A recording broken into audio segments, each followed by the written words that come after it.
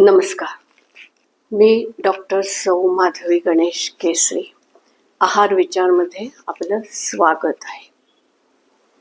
सध्या गेले काही वर्षांमध्ये असं आढळून येतं आहे की गॅस्ट्रो इंटेस्टायनल ट्रॅक्टच्या वेगवेगळ्या समस्यांच्या केसेस वाढलेल्या आहेत. Gastric acidity, constipation, diarrhoea, gastroenteritis of different types ह्या केसेस जास्त वाढलेल्या आहेत. आणि असं झालं की त्याला गट इल हेल्थ असं म्हणतात. आता ही गट हेल्थ का महत्त्वाची आहे, तर गट मध्ये असलेला लिम्फॉइड टिश्यू हा जवळजवळ शरीराच्या टोटल लिम्फॉइड टिश्यूच्या 3/4पेक्षा जास्त आहे. त्याला गट असोसिएटेड लिम्फॉइड टिश्यू असं म्हणतात. आणि हा टिश्यू स्मॉल इंटेस्टाईन बरोबर जास्त संलग्न आहे.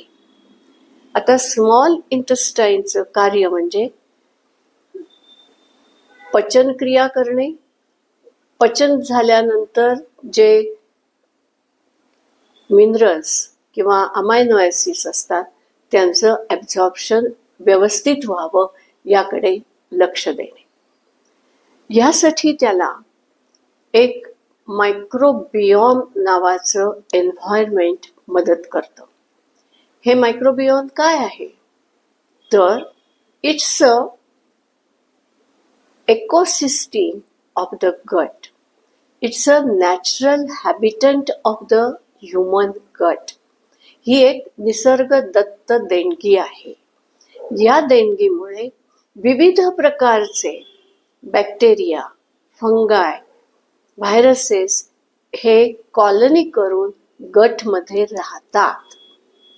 आणि हा लिम्फॉइड टिश्यू जो आहे तो त्यांना आपल्या शरीराचा भाग समजतो. त्यामुळे त्या समूहाला, त्या कॉलनीला तो प्रतिकार करत नाही. There are number of bacteria, number of viruses and fungi which are living in the gut as if it's a part of our body. But when we eat the food, that time certain bacteria, viruses or fungi do enter our GI tract. But these are not good bacteria or good microorganisms. So they are called bad microorganisms. It means they are going to make us ill healthy. And therefore this lymphoid tissue reacts against it, considering that it's not a part of our body. So this lymphoid tissue continuously acts as if the good bacteria or good microorganisms are our part, while the bad microorganisms are our enemies, and tries to maintain the balance between the two activities so that our health will be maintained. Why this gut health is important? Because if our gastrointestinal tract is acting properly, then there will be proper release of all neurotransmitters and neuropeptides.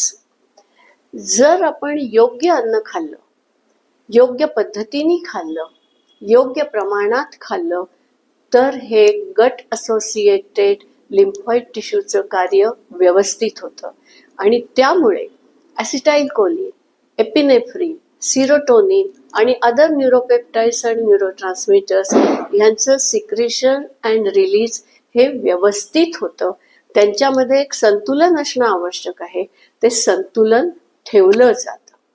पण जर आपण चुकीच्या पद्धतीने खाल्लं, चुकीच्या वेळी खाल्लं आणि चुकीचे पदार्थ खाल्ले, तर मात्र ह्या सर्व न्यूरोट्रान्समीटर्सचा जो एक रेशो असतो तो रेशो बदलतो. ॲसिटाइल कोलिन कमी होतं, ॲड्रिनलिन किंवा एपिनेफ्रिन जास्त वाढतं. तर सिरोटोनिन कधी जास्त होतं, कधी कमी होतं. तसंच इतर न्यूरोट्रान्समीटर्सच्या बाबतीत आणि हार्मोन्सच्या बाबतीत होतं. आणि त्यामुळे या असंतुलित एन्व्हायरमेंटमध्ये आपलं शरीर व्यवस्थित काम करू शकत नाही आणि त्यामुळे heart, liver, lung, brain, kidney ह्या सर्वांच्या फंक्शनवरती परिणाम होतो आणि आपल्याला वेगवेगळे आजार होतात. त्यामुळे आपण योग्य पदार्थ योग्य पद्धतीने खाणं अत्यंत आवश्यक आहे. सध्या काय होतंय की आपण जे पूर्वीचे नियम पाळत होतो की सकाळी 6 वाजता दूध प्यायचं, 10:30च्या दरम्यान व्यवस्थित जेवायचं ज्याच्यात प्रोटीन्सचा व्यवस्थित पुरवठा असेल, दुपारच्या वेळी फळं खायची आणि संध्याकाळच्या वेळी हलका आहार घ्यायचा. हलका आहार घ्यायचा म्हणजे त्याच्यात कार्बोहायड्रेट्स, ते सुद्धा कॉम्प्लेक्स कार्बोहायड्रेट्स जास्त घ्यायचे आणि प्रोटीन्सचं प्रमाण अत्यंत अल्प ठेवायचं. परंतु आता आपल्या कामाच्या वेळा बदलल्या आहेत, कामाची ठिकाणं दूर दूर झालेली आहेत, त्यामुळे आपला प्रवासातही वेळ जातो. त्यामुळे आपण आपली खाद्यसंस्कृतीही बदलली आहे. गरजेनुसार त्या वेळेला ते पदार्थ करून आपण खातो आणि ते संतुलितच असतील, आपल्याला उपयुक्तच असतील असं नाही. शिवाय एक status symbol of eating a certain food of a certain brand is a tendency of most of us. स्वतःच्या प्रतिष्ठेचा बाऊ करून अमक्याने अमुक ठिकाणी तुम्ही खाल्लं नाहीत म्हणजे तुम्ही कमी प्रतीचे आहात असं म्हणणं, याला घाबरून आपण त्या ठिकाणी जाऊन ते पदार्थ खाऊन येऊन जाहीर करतो की अरे आम्ही काल तिथं जाऊन आलो बरं का, तिथं अमुक खाऊन आलो बरं का. हा जो स्टेटस सिम्बॉलचा प्रश्न आणि त्याच्या मागची मानसिकता आहे, ती मानसिकता सुद्धा आपल्याला त्रास देते. त्याच्यामुळे आपण नको असलेले पदार्थ जे आपल्याला पचायला पण जड आहेत, आपल्या इंटेस्टाईनला ते सहन होत नाहीत, असे पदार्थ खातो आणि त्यामुळे आपली पोटांचे विकार वाढत जातात. तिसरा अजून एक पॉइंट आहे की ज्याच्यामुळे GITचे प्रॉब्लेम अजून वाढतात. आपण कामाच्या ठिकाणी शिवाय घरामध्ये पण प्रत्येकाला कुठली ना कुठली स्ट्रेस असते आणि त्या स्ट्रेसचा इतका बाऊ करतो आपण, त्या स्ट्रेसचा सामना करायचा कसा ह्याचा आपण विचार करत नाही. तर मलाच कशी एवढी स्ट्रेस आहे, इतरांना का नाही, असं म्हणून आपली स्ट्रेस आपण वाढवून घेतो आणि ही स्ट्रेस म्हणजे आपलं सायकोलॉजिकल विकनेस, त्याच्यामुळे देखील आपल्या न्यूरोट्रान्समीटर्सचं संतुलन बिघडतं आणि त्या स्ट्रेसमुळे अनेक जण नको असताना सुद्धा अनेक पदार्थ खातात आणि त्यामुळे हे जे मायक्रोबिओम आहे ह्याची ऍक्टिव्हिटी बिघडते. गट असोसिएटेड लिम्फॉइड टिश्यूचं संतुलन जातं आणि परत न्यूरोट्रान्समीटर्सचं संतुलन जातं.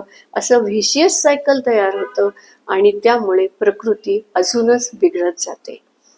त्यामुळे आपण योग्य आहार योग्य वेळेला आपल्या कामाच्या सोयीनुसार ऍडजस्ट करून घेता येतो आणि त्याप्रमाणे अनेक जण करतातही, त्यांना तो त्रास होत नाही. तेव्हा तुम्हाला जो योग्य आहार सांगण्यात आलेला आहे तो तुम्ही तुमच्या कामांच्या वेळेप्रमाणे खा, हरकत नाही, पण योग्य आहार घ्या आणि योग्य पद्धतीने तो खा. म्हणजे हे सगळं जे व्हिशियस सायकल आहे ते बंद होईल आणि त्या दुष्टचक्रातनं तुमची सुटका होईल आणि गट इल हेल्थ न होता गट मायक्रोबिओमचं काम व्यवस्थित होऊन तुमची प्रकृती सुधारेल. आता हे जेव्हा आपण बोलतो तेव्हा कोणते पदार्थ खावेत हेही सांगणं माझं काम आहे. या पदार्थांचे 3 वर्ग केलेले आहेत: प्रीबायोटिक, प्रोबायोटिक आणि पोस्टबायोटिक. ह्याच्याबद्दल मी पुढच्या भागात बोलेन. आता येथेच थांबते. धन्यवाद. If you like it, share it, subscribe it, click on the bell icon. Thank you once again.